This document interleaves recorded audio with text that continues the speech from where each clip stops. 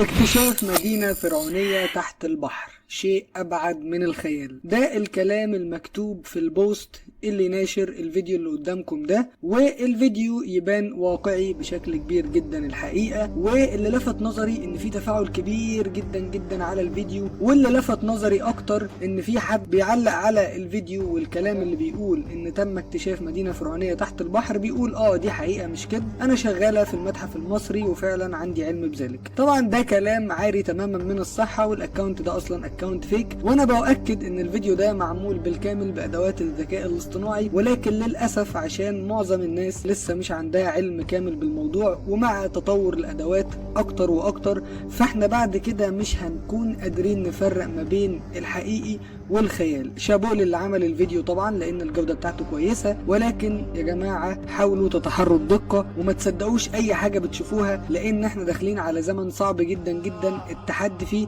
او مش داخلين الصراحة، احنا دخلنا في العصر ده، والتحدي اللي قدام كل واحد فينا واللي هنواجهه كل يوم هو ازاي نقدر نكتشف الحقيقة من الخيال. الفيديو بالاي اي وما تصدقوش اي حاجة بتشوفوها.